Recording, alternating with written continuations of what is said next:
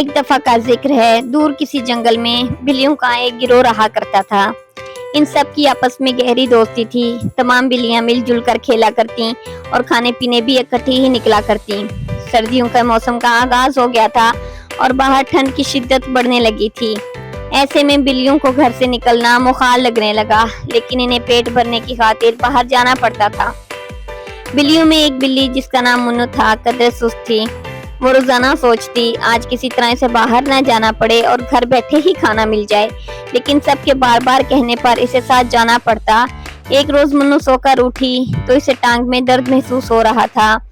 اس نے ساتھی بلیوں کو بتایا کہ جانے کیوں آج پیر میں تکلیف محسوس ہو رہی ہے، جس پر دوسری تمام بلیوں نے اس سے ہمدردی کا اظہار کرتے ہوئے 1-2 روز آرام کرنے کا مشورہ دیا اور خود کھانے کی خاطر باہر نکل گئیں۔ واپسی پر آتے ہوئے وہ منو کے لیے بھی کھانا لے آئیں۔ منو کے پیر میں تو تکلیف تھی ہی، لیکن وہ دل ہی دل میں خوش ہو رہی تھی۔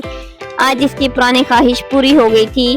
1-2 روز آرام کر لینے کے بعد منو کے پیر کی تکلیف تو دور ہو گئی، لیکن اسے اچھا بہانہ مل گیا۔ وہ ساتھی بلیوں کو یہی کہتی رہی اس کی ٹانگ میں اب بھی تکلیف برقرار ہے، اس لیے وہ چلنے پھرنے سے قاصر ہے۔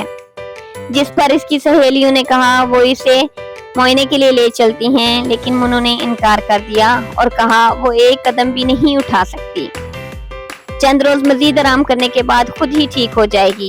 یہ سن کر دوسری بلیوں نے بھی زیادہ زور نہ دیا اور خاموش ہو گئیں۔ بلیاں اپنے معمول کے مطابق روزانہ کھانا کھانے کے لیے باہر جاتی اور واپسی پر منو کے لیے خوراک لے آتی۔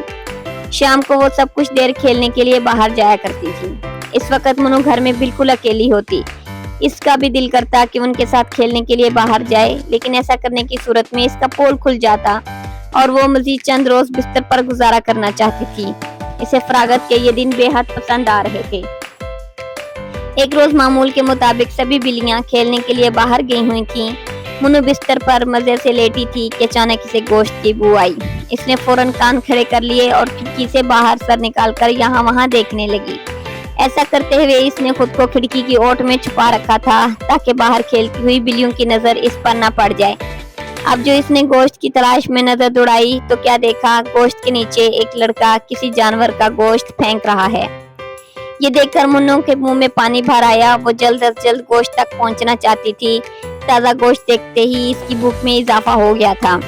منو نے دل میں ارادہ کیا اور ساتھی بلیوں سے نظر بچا کر گھر سے باہر نکل آئی۔ وہ درختوں کی اوٹ سے ہوتی ہوئی گوشت تک پہنچنا چاہ رہی تھی اور چاہتی تھی دوسری بلیوں تک گوشت کی خوشبو پہنچنے سے پہلے اسے کھانے میں کامیاب ہو جائے۔ چھپتی چھپاتی وہ گوشت تک پہنچی اور جلدی جلدی پنجے چلاتے ہوئے کھانے میں مصروف ہو گئی۔ اب تک کسی کی اس پر نظر نہیں پڑی تھی۔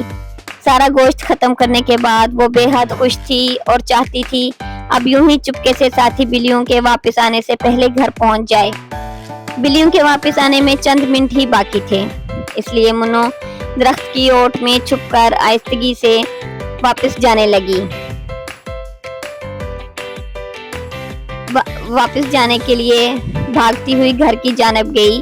جلدی میں اس بات سے بے خبر تھی کہ تھوڑی ہی دور کھیلتی ہوئی ساتھی بلیوں نے منو کو بھاگتے ہوئے دیکھ چکی تھیں اور وہ دل ہی دل میں منو سے شدید خفا ہو چکی تھیں، اور اسی دوران بدحواسی میں بھاگتے ہوئے منو کا پیر ایک بڑے پتھر سے ٹکرایا اور وہ کراہتی ہوئی زمین پر گر پڑی۔ ساتھی بلیوں نے دور کھڑے افسوس سے منو کو دیکھ رہی تھیں۔ وہ سمجھ گئی تھیں کہ منو کو اپنے جھوٹ کی سزا مل چکی ہے۔